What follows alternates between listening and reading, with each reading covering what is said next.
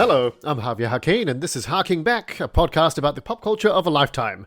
Whose life? Mine. I'm going back through every year of being alive and finding out what was going on in that year. This week we're looking at 2016. I was 34. What was happening when I was 34? I went to Norway lots around this time. I did a few festivals, some corporates.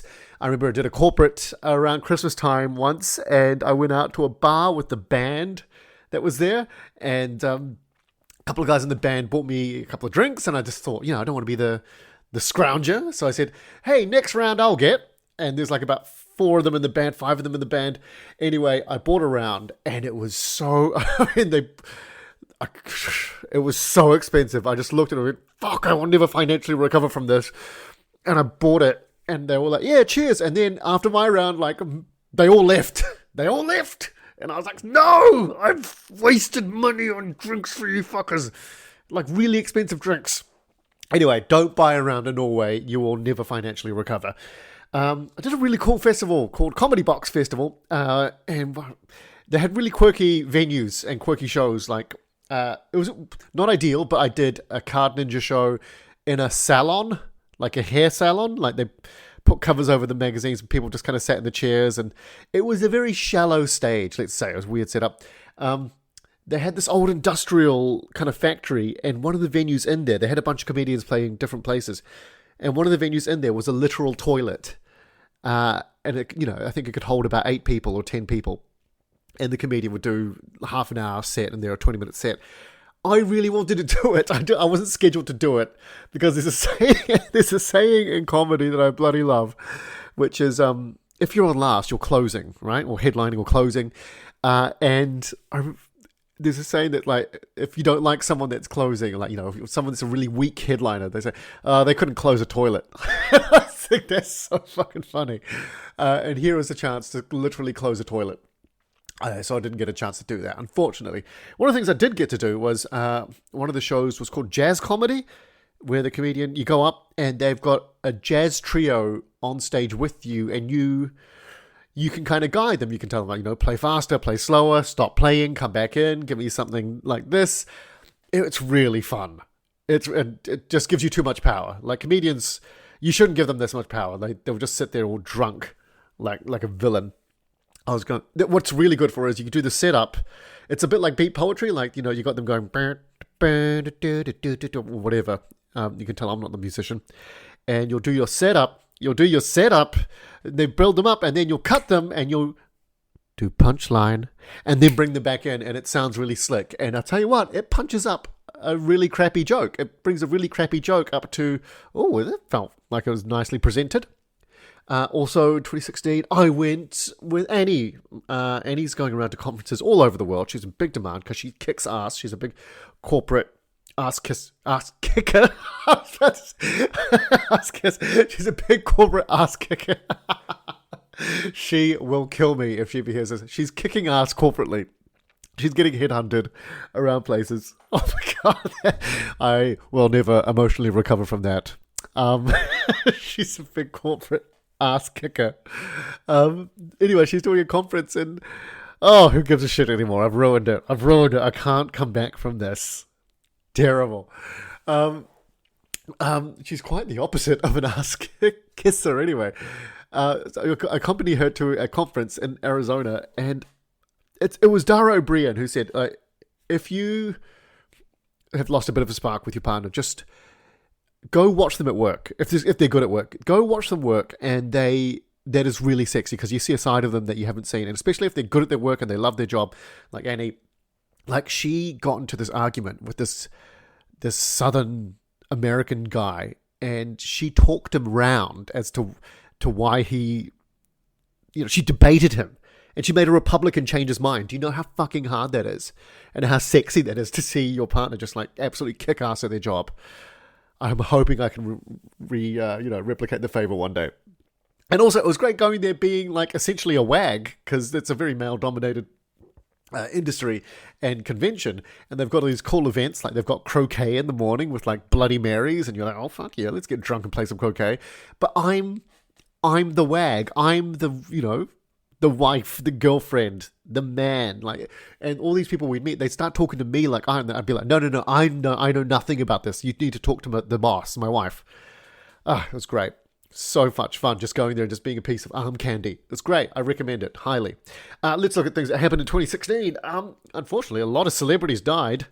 Woof, this was a big year for celebrity deaths. We lost George Michael, Prince, Carrie Fisher, Gene Wilder, Muhammad Ali, Alan Rickman, David Bowie. Yeah, grim, huh? I think a lot of them went in the first half of the year. And I remember posting like, shit, we've lost all these people. And it's not even halfway through 2016. And we also lost Harambe, the gorilla. If you don't know about the story about Harambe, the meme, the legend, he was a gorilla in an American zoo. And some 3-year-old wanted to go be with the gorilla. So they managed to they fell into the enclosure.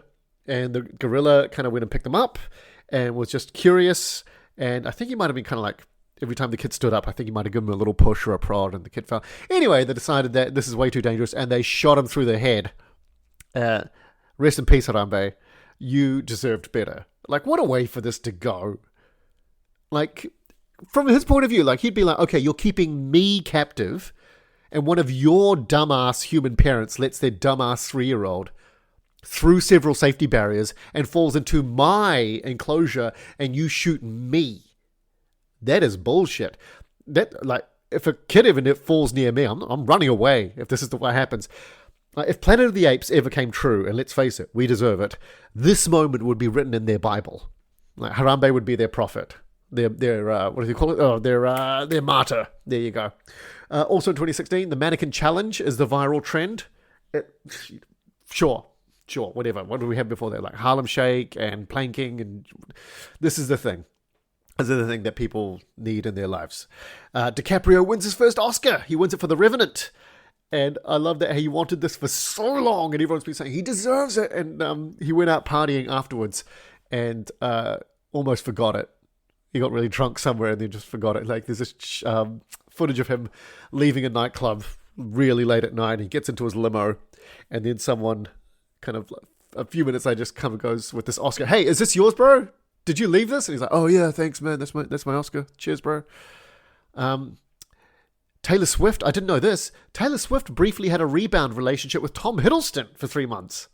Didn't know about this because I didn't know anything about Taylor Swift until I had a daughter. I would love to date Loki for 3 months. And also, I found out the guy she'd been with before this was a Scottish DJ. And there is no way to stick it to a Scottish guy more than by going out with an English guy straight afterwards. Oh my God, that was calculated. Swifty, that was calculated. And also, he's a Scottish DJ. Like, imagine that, like, you're a DJ. I'm going out with an actor now. He'd be like, oh no, Scottish DJ to English actor. You've done me. She cuts deep. She knows how to do that. 2016 is the year that Stranger Things comes out. I didn't know about Stranger Things. Annie was watching it, and I'd only seen a little bit of marketing for it, and I could tell it was kind of scary. And we don't watch scary things. Annie doesn't watch scary things. I'm too much of a pussy to watch scary things. But she was really into this show, and I started watching it and caught up to her. And I was like, damn, this is good, but like, it's a bit scary, isn't it? I still find the intro quite scary. I do. Fuller House comes out.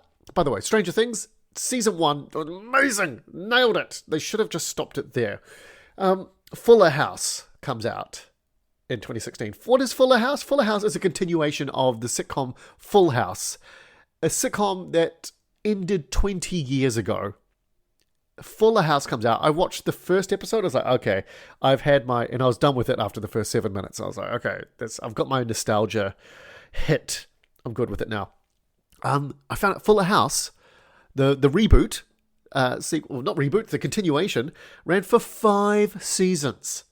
5 seasons. Firefly got 1. But sure, I'd love to see more TV shows that pick up the story 20 years later. Like, I'd like to see Knight Rider with a 70-year-old David Hasselhoff and his talking car that is now like the the least, so done by Chat GPT in cars. Or Cheers. A continuation of Cheers with like Ted Danson still works at a bar and has to deal with Gen Z's drinking in there because all his buddies have died of alcohol-related issues years ago.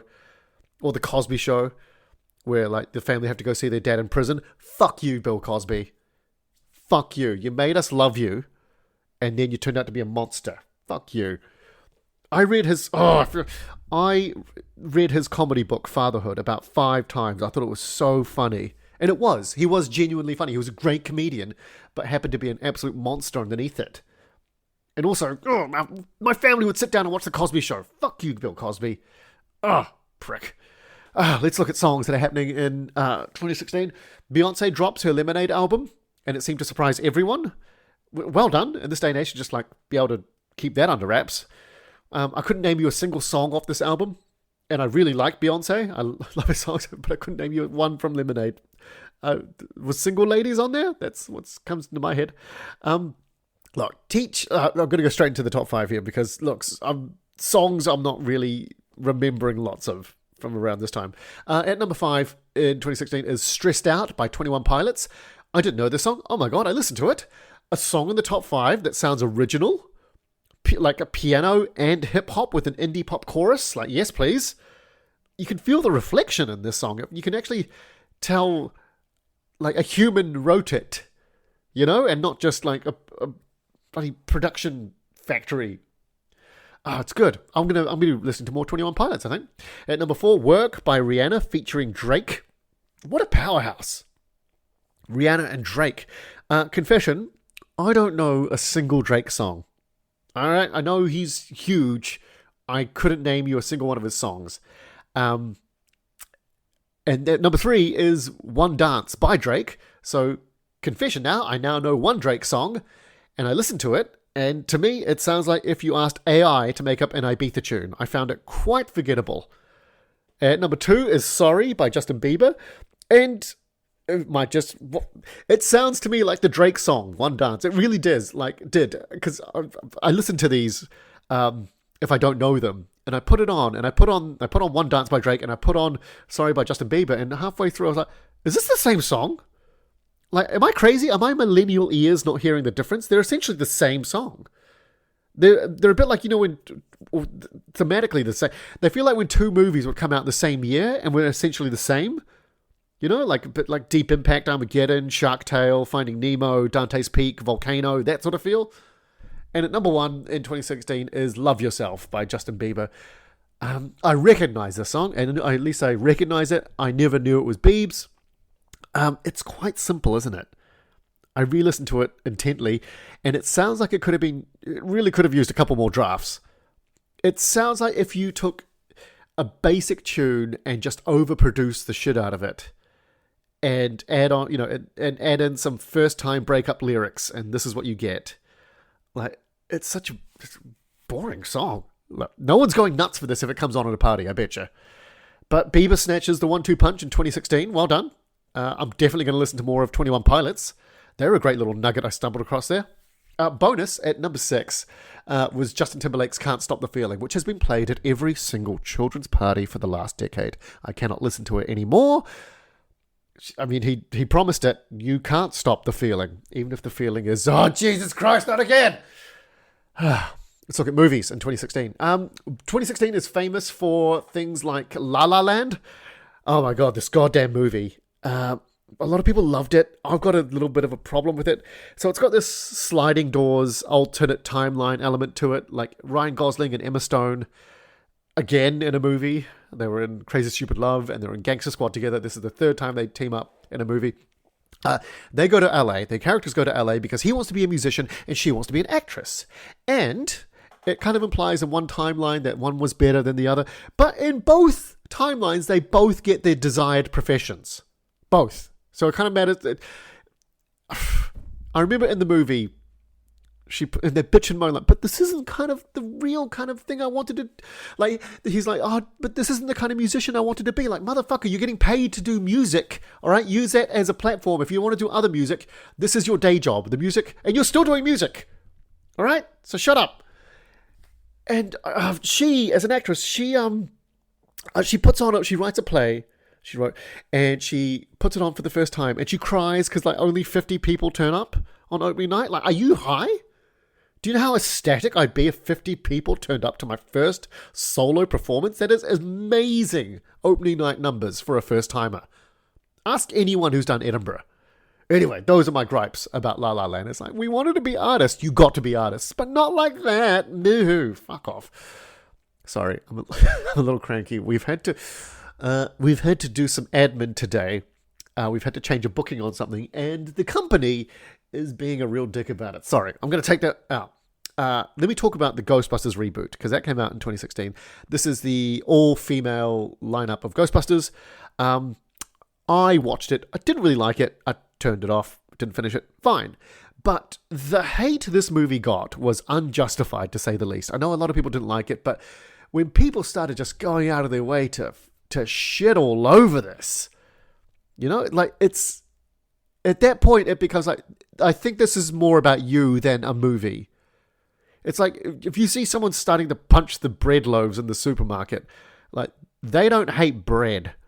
They've got something else deep inside that's the problem. And the one thing I love about this movie, and I switched off, and I'm like, okay, I don't like it, but it's fine. It's not for me. It wasn't for me, even though I'm a Ghostbusters fan. And this is what really pisses me off, when something comes out and fans are like, blah, blah, blah, blah. Like, you are owed nothing, really. Yes, you can not like it, but to go out of your way and be like, this ruined my fucking life. Your life's pretty good. Your life's pretty good if it takes a movie to ruin your day. All right, just put that in perspective. There's a photo of, like, the premiere or a press tour, something, when this movie came out, and along the red carpet, they've got the stars coming down, and they've got these two little girls who are dressed up as Ghostbusters. And Kristen Wiig, I think, is looking at one of the little girls in the face, and this little girl is looking up at Kristen Wiig with just the biggest smile on. Like, you could tell this is like the best moment of her life. Like, she's dressed as a Ghostbuster, and there's a real Ghostbuster in front of her. You couldn't pay the best child actor. Haley Joel Osment on his best day couldn't pull off the elation on this kid's face. And when I saw that photo, I was like, that's who this movie's for. It's not for bitter old, fucks like me. It's for, like, these young girls like that. They love it. Why would you ruin that for them? That's who it's for. And that's why, like, if you're a fan of something and it comes out and you didn't quite like it, like, yes, you're allowed to be pissed off about it, but, like, if it ruined your day, shut up. All right, what else comes out in 2016? If someone's going to find a rant of me talking about a movie that I'm going to say, it ruined my day, and they're going to say, well, take your own medicine, mate. And I'll say, I was a younger man back then. I understand it now. I get it now. I wasted too much of my youth on hating things that didn't matter, because I've had no trauma in my life. Number 16, home truths. At number 16, in 2016, also Doctor Strange comes out. This is when the MCU is firing on all cylinders. I mean, like, hey, do you want to introduce a new kooky character? He's a Sorcerer Supreme. Sure. Yeah, look, great. We made it awesome. We took the time and energy and made it good, rather than pumping out 7 half-baked heroes. Anyway, also this year, Moana and Sing come out, and they fight for family audiences. Warcraft, the movie, comes out this year and is quietly put to the side and taken out the back and shot. Deadpool comes out in 2016. Thank you, Ryan Reynolds, for this. This movie is an example of when a fictional character is loved, and someone who loves that character makes a movie about that character and says, this character is awesome, let's just keep him the way he is, and then other fans of the character will love this movie. Instead of, let's let the executives and producers at the studios have a poke around in the kitchen and fuck it up for everyone. Deadpool is just a perfect translation of from comic book to big screen. A friend of mine who's not into superheroes at all, hates superhero movies, loves this movie. It's got an R rating, it's a loyal portrayal, and it's hilarious. It is, I don't know if it's more of an action or a comedy. It's a beautiful amalgamation of both. Let's look at the top 5 movies in 2016. At number 5 is The Jungle Book. This is the one that kind of started off the Disney live-action remake craze. It made almost $1 billion. I never saw this one or the original. I wish it hadn't made this much money, because we could have been spared other pointless remakes. I don't know. Are they pointless if they made a profit?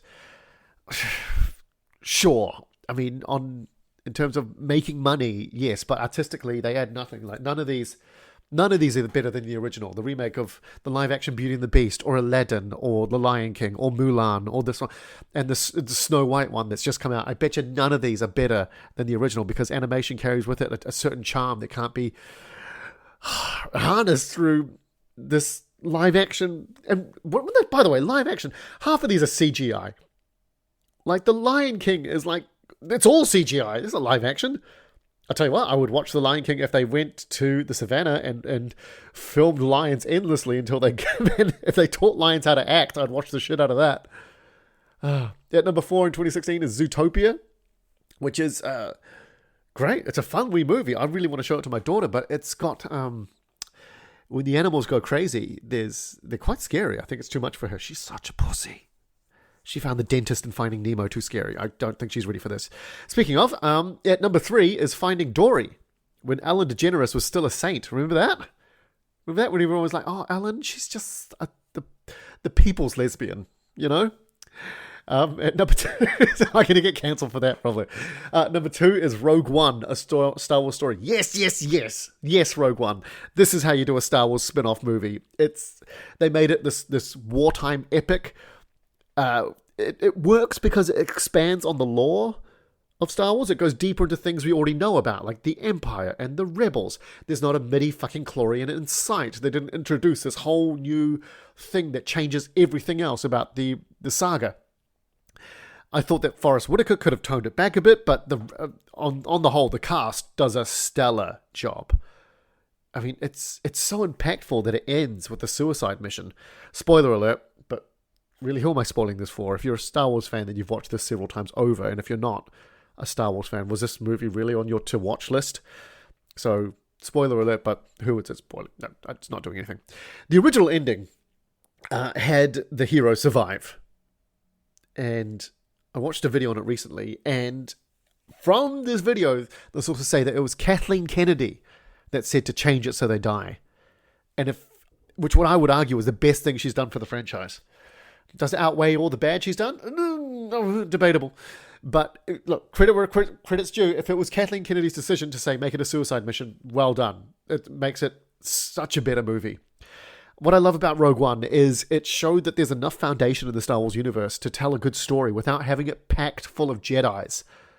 I really feel like some of the latest projects from Star Wars are just like, can we just get some more Jedis in here? because people like that. Just, and different color lightsabers and different style lightsabers. Yeah, people love that shit. It'll be fine. Lazy. Number 1 in 2016 is Captain America Civil War. I think this is my favorite MCU movie. And it certainly was at the time, because it's about internal conflict. The fact that unlike every other MCU movie that ends with like a sky beam that will destroy the universe and the world, this one ends up with Captain America and Iron Man just duking it out in a bunker. Like, they've got so much history together that the climax of this movie can be their fractured friendship, and that's enough to hold it. In fact, it's so compelling. The biggest thing on the line here isn't the world; it's their relationship, and that's enough in this movie. Call me a drama queen, but I think this broken trust is more compelling than any big bad monster here to swallow the earth. Like, that line is just when he says, when Captain America, he's defending Winter Soldier to Iron Man, he says, "He's my friend," and Iron Man says, "So was I." Oof. Oh, what a gut punch. Oh, what a gut. I love this. I love it. And by the way, they won't come together again, Steve and Tony, until Endgame. That's how fracturing this is. The action in it is top tier. The one glaring inconsistency, though, I will have to point out, is that Iron Man is all about the... if you don't know Civil War, it's about... the government wants to regulate superheroes so they can be held accountable for their actions. And Iron Man is all for this, and Captain America says no, superheroes should be able to make their own decisions about where they apply themselves. Anyway, so Iron Man is all for the Accords because superheroes need to be held accountable to a higher degree of responsibility, or they'll make rash decisions that will put innocent lives in danger. And then immediately he goes and recruits a teenager to fight superhuman beings. A little bit inconsistent.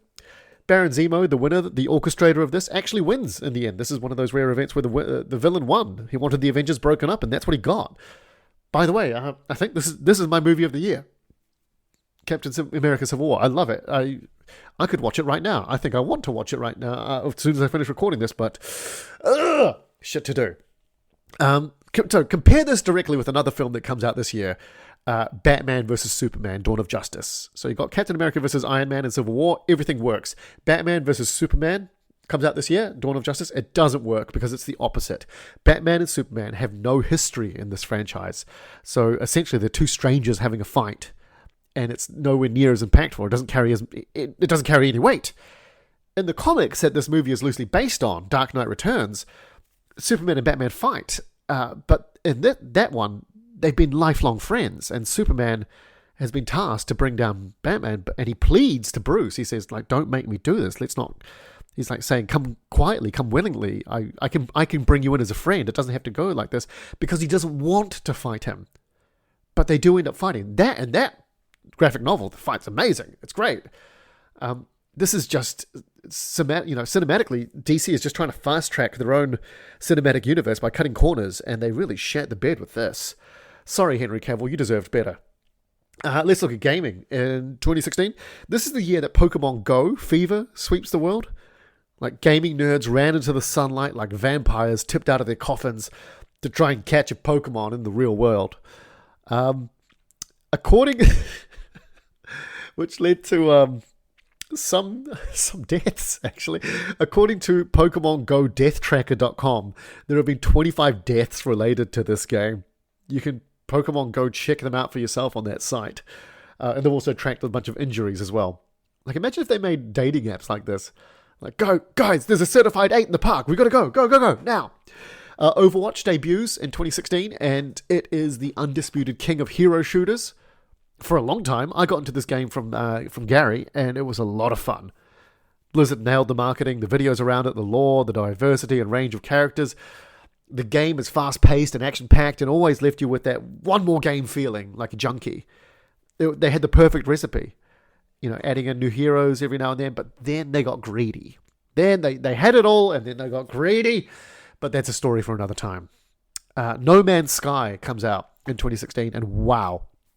A game that promised so much, delivered so poorly, received so much justified backlash, but the difference is they said, hold on, we're going to fix it. And they did. What? And they didn't stop there. They kept delivering.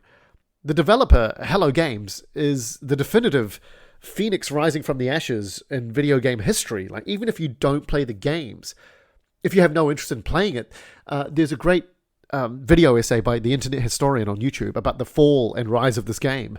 And it's a great story, whether you're into video games or not. Like, broken games being released is nothing new, but a developer that takes the hit and then says, we're going to keep working on this until we can give you everything we initially promised and more. That is unheard of. Well done, Hello Games. Take a bow. Stardew Valley comes out this year and causes a massive craze, like this kind of like gaming for relaxation craze. Like, there was a mini game on Facebook years ago called Farmville that people went nuts for. And I'm guessing Stardew Valley is a spiritual successor to that. Haven't played it. My game of the year, because I was too busy playing, my game of the year for 2016, XCOM 2. Oh, they took what worked in the first XCOM and just made everything better. I mean, it's turn-based tactics, but so much more. What I love about this game is it follows on from the first game, like the story that carries on, but it follows on from the aliens having successfully taken over the Earth.